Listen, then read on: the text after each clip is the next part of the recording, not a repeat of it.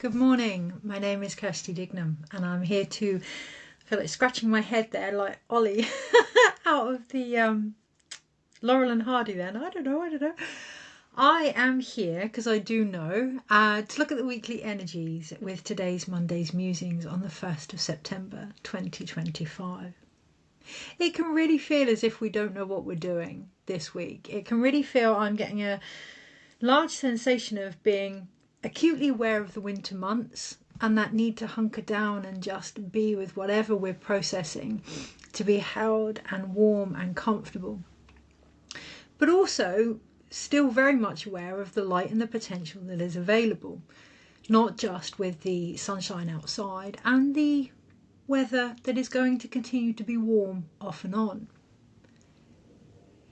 In between them all, this month is a need for maintenance.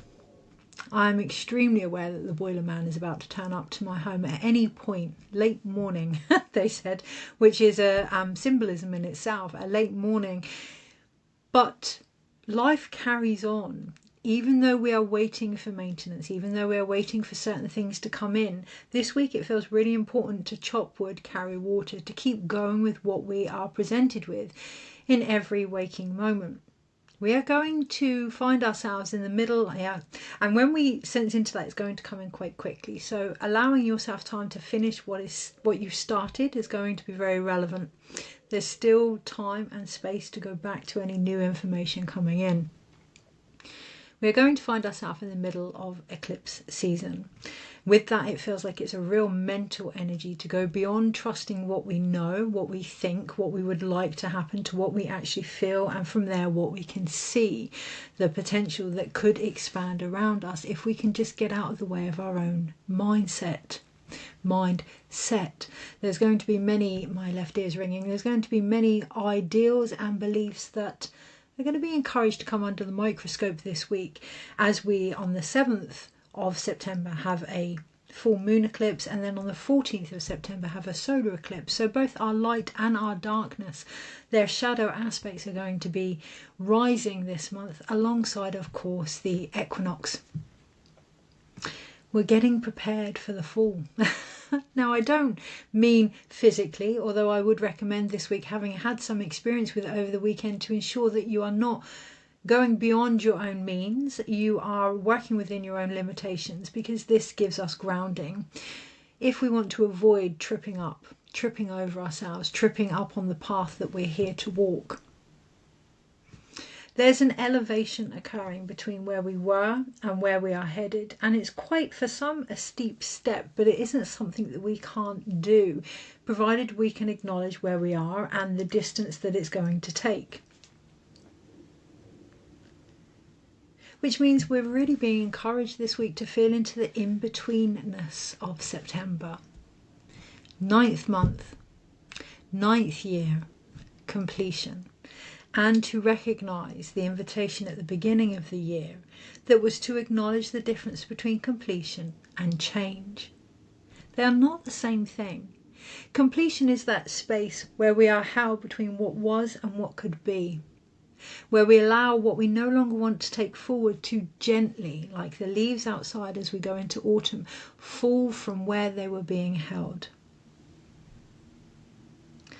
Change is what will come of that in the following subsequent months.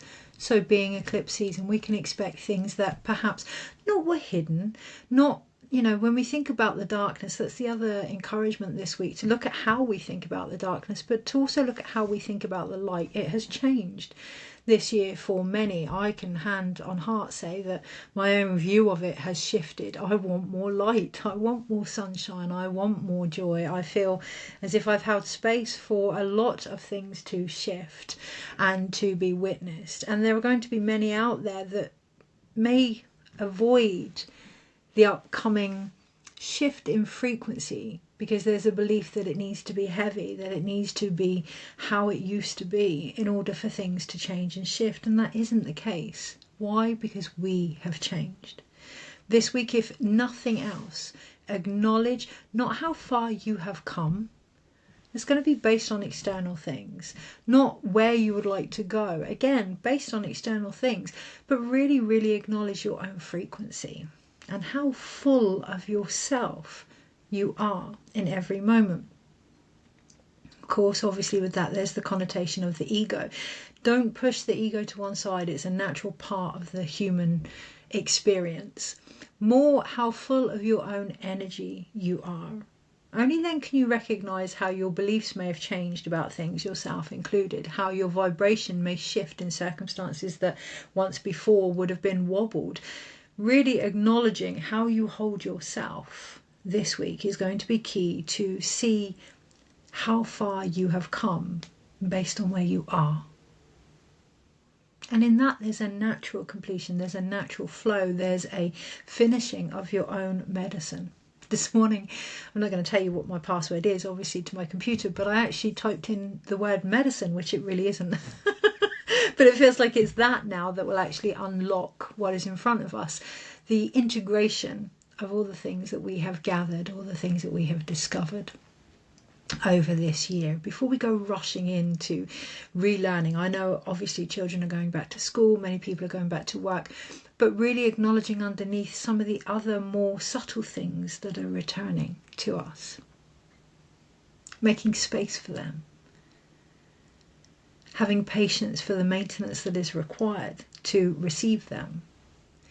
The other day I'm doing this 21-day transformation with Alberto Villoldo, which is free, and I totally recommend. Go to his website, The Four Winds, and it's called A Divine Quest. And one of the practices was to sit in my heart space, which I tend to do most days anyway, but to actually make time for that as part of the maintenance felt really important. And when I did so, allowing the higher energies, my own potential, to come in as well, I received something that is really obvious, but that I needed to remember. And that is that receptivity is not an action. It's a way of being. And I noticed that because I was sat in my heart space waiting for these answers and these energies to come in. And in my impatience, I had started to leave my own vessel, started to leave my own energy. And this week we're being really encouraged to look at where that may happen. To look at where first, then perhaps why, but to have that completion of what am I going to do about it, if anything. Sometimes awareness is enough. Sometimes we need to put into a physical action. An example, this morning I was so tempted to look on my phone before I'd done anything, not just because it's old patterns, because it kind of sets me up for the day, knowing what I need to tap into, what I need to tune into. But it's so important that we tap into ourselves first. Being aware of that, being aware of why I do that as well, my own wounds with that, and then having the fortitude, the action of saying I'm not going to do that. So following through, yes, following through, allowing that transformation to take place by following through in our actions. So yes, awareness this week. Yes, knowing why we behave the way that we do, knowing what is going on, seeking advice, but then following that through with an action for the completion. And that action is maintenance. That action is what's going to take us into the colder months, whether that's the boiler man inspecting the boiler to ensure that it's safe for my home for the coming months, or whether it's a new way of looking at our behaviours and bringing forth any change that we now seek before we go into 2026. Is there anything else on that? It doesn't feel like we have to over-search this month. It does feel like it's more of a surrender, but that surrender comes in knowing and trusting the process within us. It doesn't have to be overcomplicated, and that's going to depend on how we have seen the situations throughout the year and our ability to, I was going to say focus on the light, but it isn't. It's our ability to look at what we focus on. With that in mind, I'm going to focus on the energies for this week and how to best navigate them.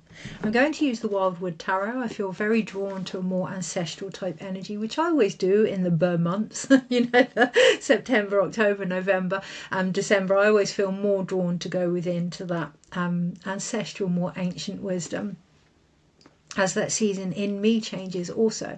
However, I'm noticing collectively that there's this belief there's going to be a divide in paths in humanity between AI and technology and the old ways, ancient skills. My encouragement this week would be, how can we navigate both? How can we unite both? How can we unite those summer months with the autumn months? How can we unite what we are bringing in with any endings that need to occur in order to do that? How can we ignite our intuition? How can we unite, sorry, not ignite, unite our intuition with the technology that is available? How can we remain who we are in a world that is very capable of sharing that however we choose to? Really looking at where we may be losing our authenticity in the face of all of this wonderful equipment that is available.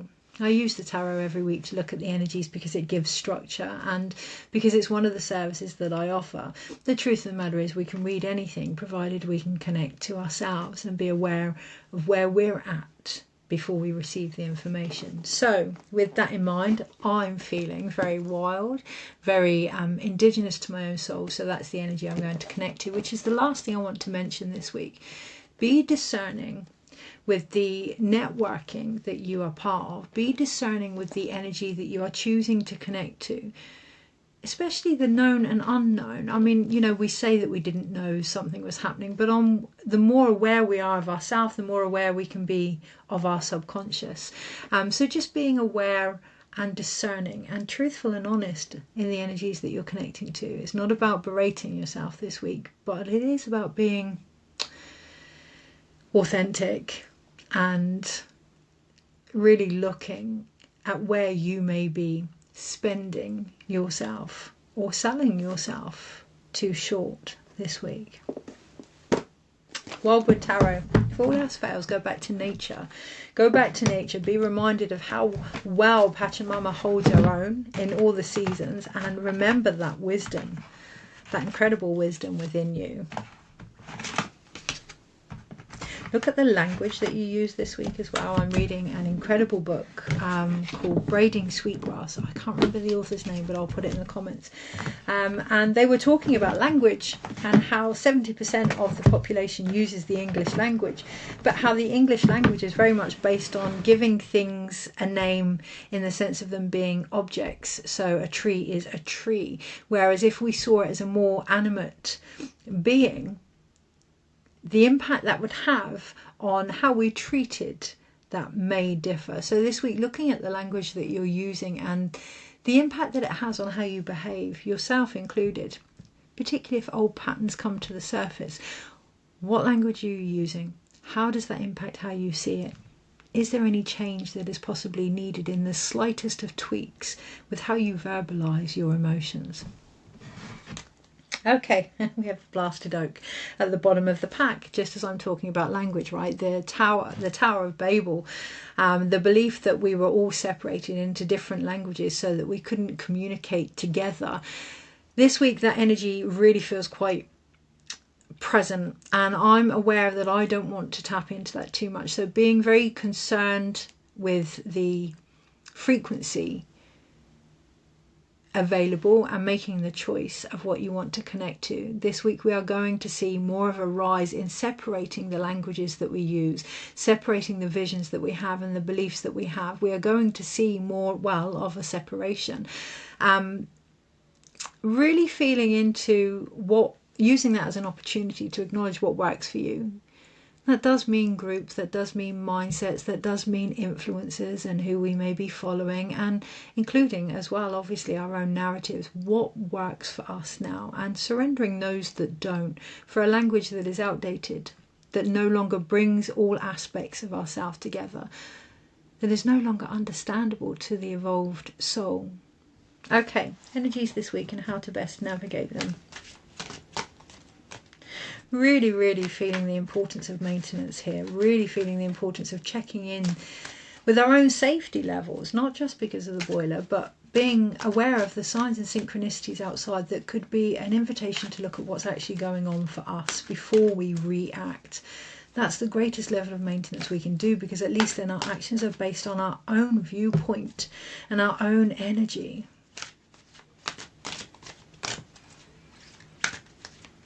Okay. Energies this week and how best to navigate it. Keep it simple. We have the 5 of arrows underneath, which is frustration, and it feels like it's from now until obviously Capricorn time, which is December. Keep it simple. All these different ways of seeing things, all these different ideas can knock us off kilter. We can be aware of everything that's going on, but we cannot walk the path of it all. Deciding our place in something this week is going to really help with the frustration that we're going to feel underneath. So that's not to say we're not going to be glimmered or triggered by things that are happening. What are we being asked to do about it? Can we take aim? Can we find balance? Can we get straight on our own directive and therefore our own direction as a result? It's not about ignoring everything, but it is about streamlining our focus and acknowledging that we can't be everything to everyone. Where are we at? What is being asked of us? How can we best implement that this week? Nothing worse than feeling as if we can't do anything. Nothing worse than feeling disempowered, as if we have no say on something, or as if we have no impact on something. That often comes by not recognizing our impact.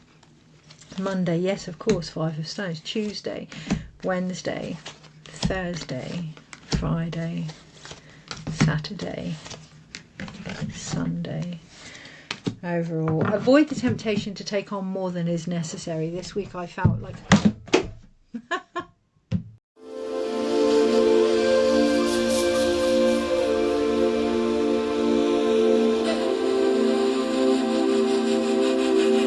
I'm not going to leave that part out. Actually, I'm going to leave that in. The camera just fell off the back of my computer screen just as I was saying avoid the temptation to take on more than is necessary. What will happen if we do that? We're going to lose sight of our focus. We're going to lose sight of who we are. A couple of the days I felt very tempted to take more than one card, and it isn't needed. It isn't needed. We may not like what's in front of us. We may not appreciate what we can see, and that's the essence here, not appreciating what we can see, for the wisdom that is available in that. Be that people that we are watching on YouTube or Instagram, or people in our family, or the situations around us. If we cannot appreciate the full picture, we will not appreciate what is going on in front of us, or the potential of seeing it in the first place. Don't take on more than is needed. See what is in front of you from where you are and acknowledge the truth of that this week. On the Monday, we do have the 5 of stones, and it's the endurance card. And what you can see here is the inner child that wants to go within to that cave of creativity, to those winter months, to that tenderness and nurture and care. So often we get confused with the 9th month, or, with the end of the year. We get rushed into this has to be done, that has to be done. I'm quote unquote running out of time. We lose the joy, we lose the creativity, and there's an immense pressure there, whether that's our own children going back to school, whether that's us going back to work, whether that's just society knowing that in a month's time we're going to be force-fed, Halloween decorations, and then 6 weeks after that Christmas decorations. If anything, the season when things start to slow down, mankind seems to have this way of speeding things up, of believing that when things are coming to an end, we have to rush. Overall, we have the energy of death for the reading this week, and it's about understanding our belief of death, understanding how as a species we often fear it. And if we fear something, we cannot fully embrace it. If we cannot fully embrace it, we cannot fully integrate it. And then seeing death from the perspective of the journey, but also change. If we see death as endurance, if we see transformation as a painful way of knowing what is going on and almost having no choice and disempowering, then we're going to find this week a time of, wanting to go within, wanting to retreat, not wanting to be in the storm. Acknowledging that, acknowledging your part in it, but also appreciating that it may very well be a very fine balance between sharing, receiving, taking a moment to restock, to maintain your own light, particularly on the Monday, to avoid any, not victim mentality, but any obvious out of balance. And when we're out of balance, yes, of course, with that comes a feeling of giving begrudgingly, or a feeling of being unseen or uncared for, my question this week would be, by whom? Who needs to see you? Who needs to care for you? On the Tuesday, that's going to bring forth a whole new way of seeing the journey that we're on in the Fool or the Wanderer. We do have the Rainbow Bridge here, and I am being mindful, obviously, as the veil's thin, we're going to be more aware of our ancestors and loved ones coming through, but also the Rainbow Bridge of the serpent, the body, the physical body, our energy centers. How balanced are they? Can they get us from where we are to where we want to go? What maintenance needs to come into play to ensure that? Yes, we talk about the equinox, and the seasons and the transition from fall into winter and summer, and where are we in our own cycle, on our own journey, and what do we need to ensure that that path is colourful and light and beautiful? This character isn't walking on the water. He's not using the tears of pain and endurance and suffering to move forward, but the light reflection that comes from it, from within our own body. On the Wednesday, we have the Four of Bows celebration. And originally, this reminded me of the Three of Cups, but it isn't the Three of Cups. It isn't a deliverance, and it isn't upright either. It's reversed. Now, for me, when it comes to energies that are reversed, they are still the same, but need to be looked at from a different perspective. I think that's the important thing to see this week, particularly on the Wednesday, to look at things from a different, I think I can hear thunder outside, to look at things from a different perspective here. So originally, like I say, I thought this was the Three of Cups. It isn't, it's the Four of Bows. So that rest, that celebration, that deliverance is going to come from seeing how we see maintenance, rest, celebration and deliverance and change. Is it something that we have to force? Is it something that we need to integrate and accept in its own process through us? You can see that they're dancing with the bow and arrows of the 5 of arrows that was originally brought up. Until we can get the tools that we need, the medicine that we need, anything we aim for, we're just going to find continually frustrating this week. So taking a moment rest doesn't mean that we stop. Doesn't mean that we have to avoid what we're doing, but integrate it, embody it. You can see the characters here for the Four of Wands are dancing. Yeah, they're moving around, they're allowing that energy to shift, and in doing so they're celebrating the changes that are happening within them. This week really looking at where that may not be the case and where a different perspective may be required. On the Thursday, we have the Great Bear. We have the Judgment card. Okay, this reminds me of the cave that the inner child is sat within. We cannot retrieve that energy, that joyful, creative, playful energy, until we face any views or judgments that are now calling us out. Externally, we may see things that trigger us, glimmer us inside. What is coming to the surface? What do we need to hear?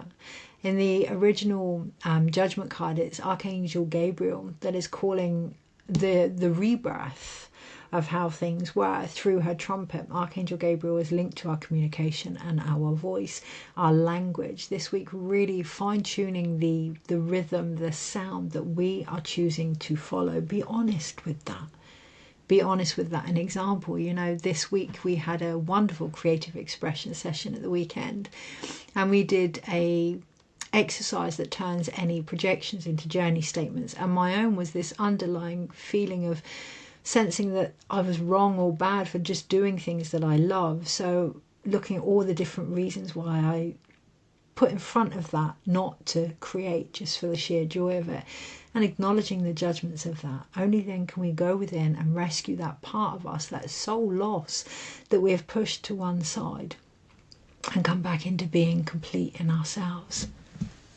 On the Monday, Tuesday, Wednesday, Thursday, Friday, we have the Knight of Bows, the Fox. So we've gone from frustration in our own spirit to not actually celebrating the solidity and grounding that has come from accepting who we are, to come the Monday, Tuesday, Wednesday, Thursday, Friday. Come the weekend, it's going to be a bit of a kerfuffle to know where we are, but come the Friday, it's really important to acknowledge where we are, if we are going to take forward anything that we've gathered and shapeshift that into a different reality for ourselves. The fox is often seen as sly, but it knows what it wants. Where I live, there's so many foxes now that were once wild that are now very domesticated because people have moved into its environment. So being aware of anything that comes into your energy, whether that's social media, whether that's your dream time, whether that's relationships, anything that wobbles your energy, looking at how that shifts who you become, and really admitting whether or not that's in alignment with the person that you want to be. Now, that doesn't mean you have to cut people out. That doesn't mean you have to put your head in the sand and not witness what is going on. That just means being more consciously aware of when you're not in your own energy and doing something about that, making the choice to keep coming back to who you are, particularly on the Friday. On the Saturday, we then have the Knight of Stones, which is the horse. On the Saturday, we're going to get a glimpse into what we can take forward into 2026, being the year of the horse. This horse in particular looks very frightened. It doesn't look like the normal Knight of Pentacles here. It's not very grounded. It's caught in a fight or flight. Observing where we may have found the chase, the run, the actions, the going after something to be our normal, and to look at where that may leave us out of alignment with the seasons that we find ourselves in, personally and collectively, particularly as we go into the winter months. Is this running after things going to suit the energy that we can work with? The more aligned, I've heard Alberto say something the other day about choices of our paths, and there being a choice of the wrong path or the making whatever path you're on the right path. The more aligned we can be to the direction we find ourselves in, the less frightened, the less emotionally unstable, the less distracted we find ourselves, the more capable we are of molding that path into what we need. And that's what gives us grounding and the power of the horse or change of 2026. Come the Saturday, yes, acknowledging what we are completing by being truthful with the energy that we are connecting to. What are we actually integrating? Has anything shifted within us? Being honest with that and looking at how we want to, I was going to say manipulate, but it's not manipulate, how we want to adjust ourselves to the energies and vice versa. On the Sunday, we have the Knight of Vessels, or the eel, the slippery eel that can move through the waters of what is going on right now, that can navigate. I was thinking about something that I heard the other day of the snakes, the Kundalini snakes, the water snakes, and our view of snakes, our view of transformation itself. I was sat out in the garden, there was a caterpillar coming near me, and I did move it away. I didn't want it to crawl all over me, and just acknowledging my own lack of respect and my own ickiness of transformation that was there in front of me. Eventually I did place it on some vegetable leaves so that it can feed from it. But by come the weekend, what I'm getting at here is to really look at how we feel about transformation, how we feel about change, how willing we are to accept that from within us. Because that's how we feel about the feminine. The darkness is the feminine. Change, creativity, birth, renewal, death, endings, they all come through the feminine body. So how do we really feel about that? Overall, as I mentioned before, we do have, just looking at the time thinking that's shorter than planned, but there was a bit before this, right? We do have the journey, we had the death card, there was a bit before this. Acknowledging there's a lot coming back for people, full circle and completion, and acknowledging the bits that came before where we are, that are returning for us to feed from, retrieve our own medicine here, our own meat, the sustenance that's going to put life onto our bones in the coming months. The whole point of transformation isn't always to get rid of everything. That's like saying death is the ending. It's the next stage of existence, whatever that may be, based on whatever it is you believe in. So acknowledging what came before all of this, whether or not you want to take some of that back, taking your power back, taking your energy back, taking your direction back, taking your ancient indigenous soul's wisdom back as part of the journey. When we walk the medicine wheel, at the center of the medicine wheel is the soul. And what happens is the soul almost separates. It goes into the space of the unknown, okay? And then it goes round the medicine wheel, gains clarity that it needs, any healing that it needs, and puts that into action by coming home to the soul. The medicine wheel states that the process of death isn't about endings but completion, and it's about the death of separation. So this week, really looking at aspects of yourself you may have separated from and how you can bring them back into who you are, whether you even want to.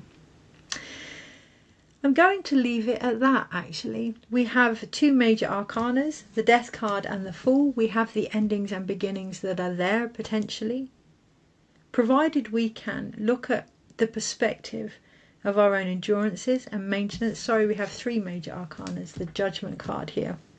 Provided we can look at our own perspective of our journey and any endurances, anything that may have changed, really grounding into what we want to take forward and emotionally shifting from that place of frustration to the Archer, the Chariot underneath. Now this card was originally upside down, but by picking it up, by acknowledging the energy underneath it all, I have placed it into an upright position that we can now see. Looking at what is in front of you, what you are feeling, where you may have confused the situation, taking the different perspective here by acknowledging any judgments you have on your journey and any endings that may be required, the parts of you that want to come back, and whether or not you wish to move forward with them now. There's a lot of potential. There's a lot of different avenues to be walking down. There's a lot of different ways to see things this week. What I would encourage is that you maintain something that is going to sustain you throughout your own darkness, throughout your own endurance, throughout your own path, and throughout the winter of discontent that so many of us are now feeling. Take care, and I'll see you next week.